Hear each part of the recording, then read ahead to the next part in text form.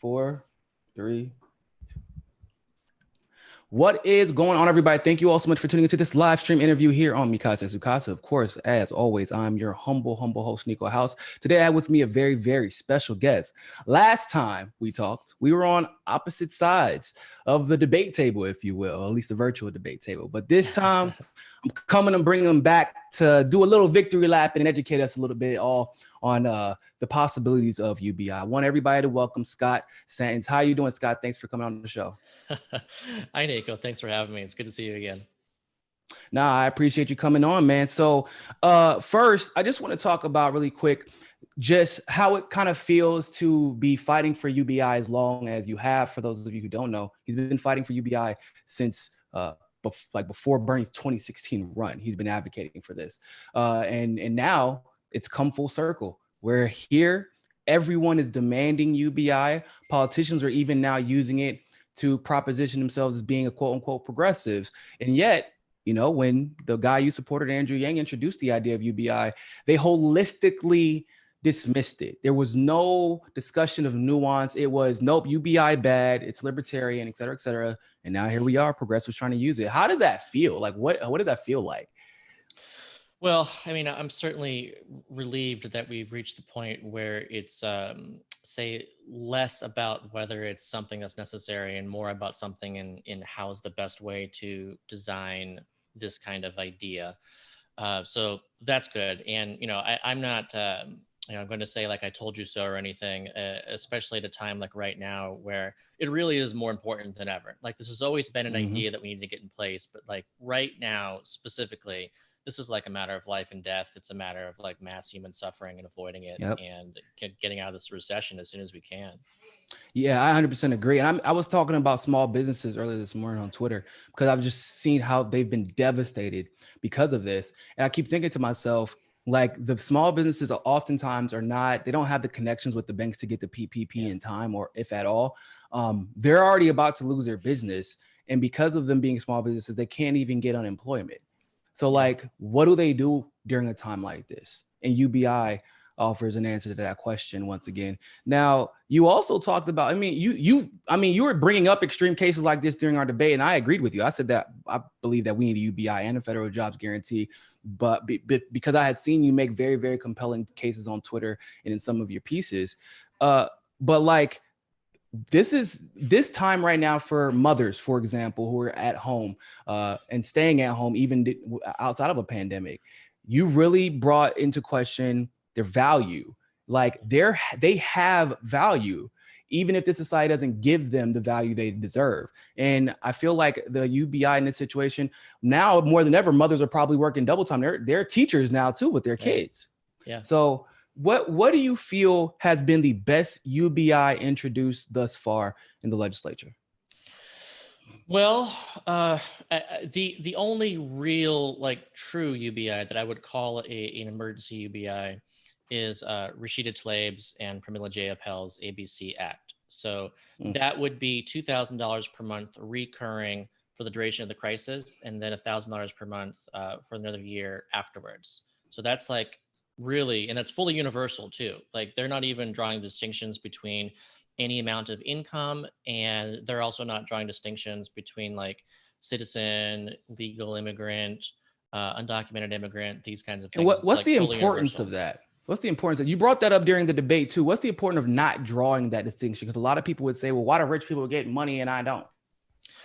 Yeah. I think that this is a good example of what we're seeing right now of the importance of universality, because any kind of line drawn is based on data that could be outdated, and it's also based on a bureaucracy that could miss people, even if you're hoping to include the people that you're wanting to include. So there's it's like a theoretical versus an actual kind of reality of the situation.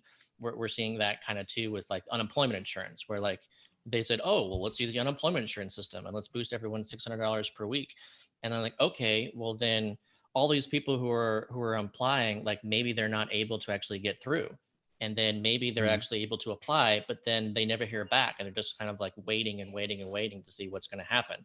And like the worst case, like in Florida, they had, 3% of people who had applied in Florida actually received an unemployment insurance check in March. So like you can draw these lines and stuff happens. My wife never received her unemployment check. As a matter of fact, if she didn't get rehired, basically the company that she was with had to at least on paper rehire her so they could qualify for the PPP. And that's the only reason she even got a check. Other than that, we would have been SOL, and she was a full-time worker for that company. And she earned her unemployment insurance. And yet, like you said, in Florida, and we have once again, we have a unique situation too, right? And there's states that have unique situations. Texas would probably be another one where our state tax, we don't have state taxes. There you go. We don't have state taxes. And so it's funded differently. They may not have as much in reserve to just dish out before the federal government, assisted with that funding. We just get screwed. We just get screwed. So with this bureaucracy, I feel like I'm glad you brought that up, because I always tell people, what happens if if me and my wife made a total of 200,000, right? But I just lost my job and I was the one making 175,000 of that 200,000. Yeah. We no longer qualify. Yeah. Right? Under the CARES Act. Yeah, there's a lot of details and edge cases, and there's just so many people left out of these things. I do want to mention that. So the other major act is the Emergency Money for People Act. And that's the money, that's the one that most of the support appears to be getting behind. It has almost 40 co-sponsors now. This is Tim Ryan and Ro Khanna's bill. And so this would actually begin to claw back at $130,000 for one adult. And for a household of two, it's at least $260,000. And that's at a 5% clawback rate. So let's say if you're a single individual earning $170,000, then you get $0. And so between 130 and 170,000, how much you get depends on how much your income is. And that's based on the previous year. But then they do one thing that I think is interesting too, in order to recognize that a lot of people who did earn a lot last year may be in dire straits right now.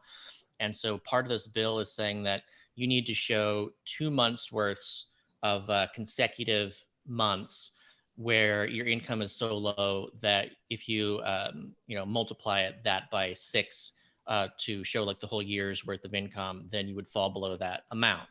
So that's interesting and that's good. But at the same time, yeah, exactly. The reality of that, you still have to require people to like prove that they're earning a certain, that they had a certain amount of income. And of course, like, what do you do to prove that? What's acceptable and what isn't acceptable? So that bureaucracy is still going to have problems. But at least they're kind of like recognizing that they can't just say, let's use 2019 data. Yeah.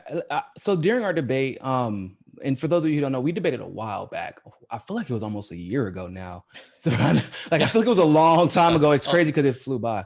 A month ago feels like a year ago. Yeah. Yeah, that's also true. We have zero sense of time since the quarantine started. So, but you brought up something that was interesting when you're talking about the importance of universality, because I've heard the argument about, well, you're giving rich people money.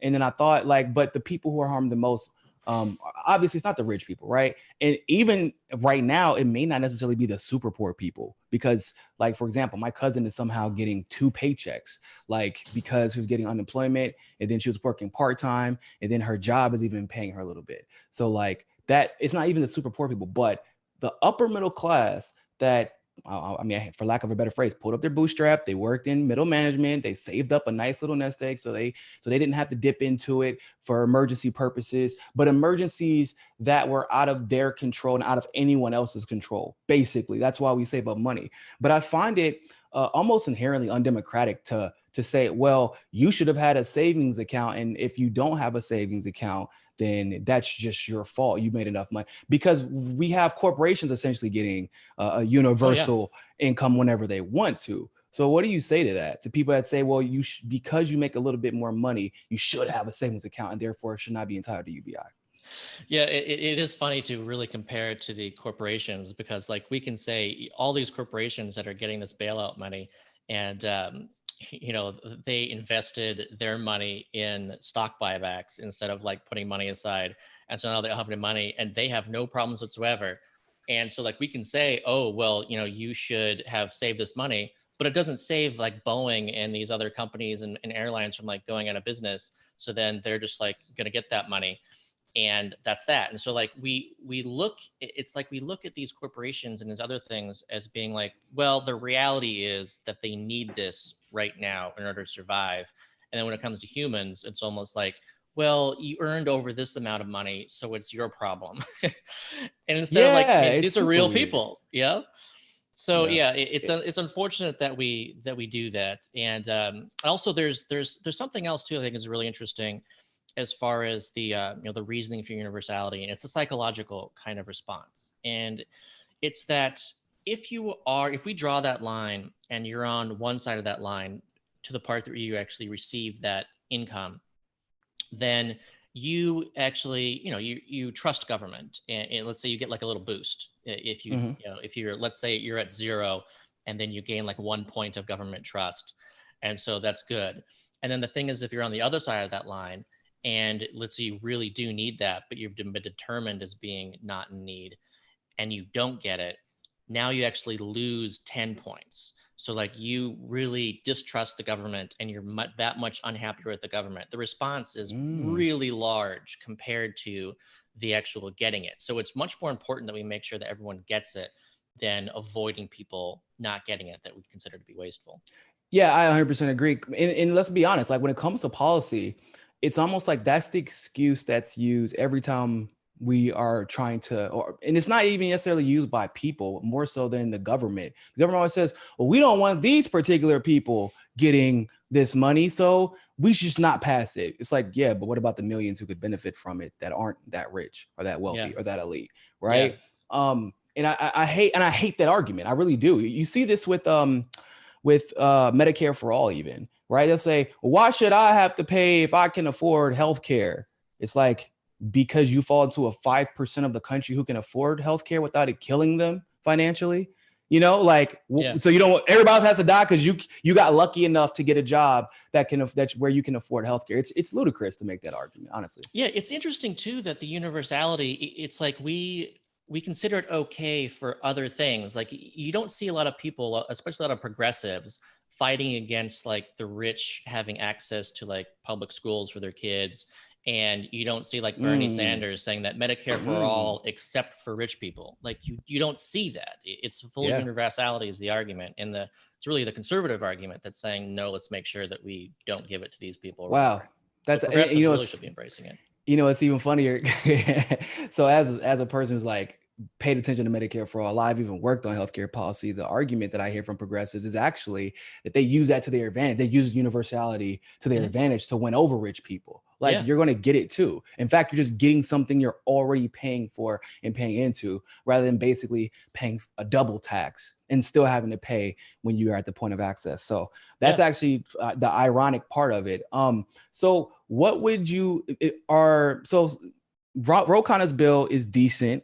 I agree with you. I like premier job. I don't know. Have you checked out Senator Sanders and Kamala Harris's legislation yet? Yeah. That's the newest one. I can't remember the name of the bill, but yeah, it's another $2,000 one. It's $100,000 is the line for single adults, $200,000 for couples, and that's a 10% clawback rate instead of a 5% clawback rate.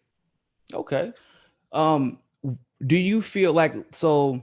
Do you feel that these politicians are genuinely fighting for this cause? Because for me, so for when it comes to single payer healthcare and when it comes to even maybe regime change war or a lot of policies that I champion, I don't only want them to advocate for it, but I want them to have the intentionality does have to be there, because what they'll do is they'll pretend like they're advocating for something like what Obama did, and then you can end up with actually something that's far, far worse by the end of it. So how do you feel about the fact that, do you feel like there's genuine intentions behind some of this legislation, or do you feel like sometimes the end justifies the means, even if the intentionality isn't there?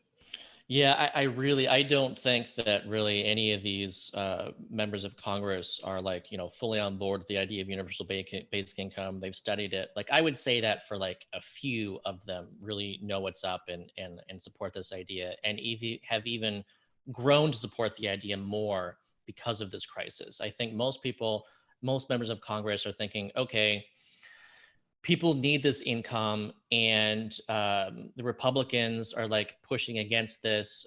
Let's actually do this in a way that gets money to people, and at least we can get the vote down and make the Republicans vote against it, so then that makes us look better like in November. Mm-hmm. There's a lot of like, strategy there, and I'm okay with that. I mean, I do wish that we got more Republicans on board, and I continue to hope that we do, to make it more bipartisan. But at least we can get something. And if we can get, it's probably not going to pass because the Republicans are going to stop it, and then that'll make them look bad. That's fine. I wish it would pass in some way. And if it does, if we do get kind of recurring payments in place, then I think that'll be very helpful for actually, they're going to get that positive feedback from the people. People are going to love it, and it's going to be harder, to fight against that. And it's going to be interesting to see what the Republicans do as well, because I don't know if you recall, but Trump advocated for UBI at the beginning of this, right? Yeah. And generally they go the way of Trump in the Senate. Yeah, he was immediately open to getting payments to people. And it's like, I remember too, his kind of was, he didn't really draw like an official line, but he's more like, not for the millionaires. So yeah. So let's say it was a high point like that. But yeah, the ones who are against it, you're looking at Mitch McConnell, Lindsey Graham, like these. Nancy Pelosi, Chuck Schumer. Yeah. I know we don't call them the Republicans, but they might as well be. Yeah, and Nancy Pelosi, yeah, she was against it. And somehow, she was able to be swayed to the point that she's actually like pushing for it now, which is well. So I have a theory about that. The cash payments. Yeah, I have a theory about that. It's my devil's advocate side playing. So basically, we're beginning to see economies open up. So for example, almost every county except for 3 in Florida have opened up 25% capacity. California is supposed to be opening up by the end of the month for the most part. Most of the country, except for I think New York and maybe a little bit more of the Northeast, are going to be opening up. And so the distraction will be there, right? People will be able to go back to work.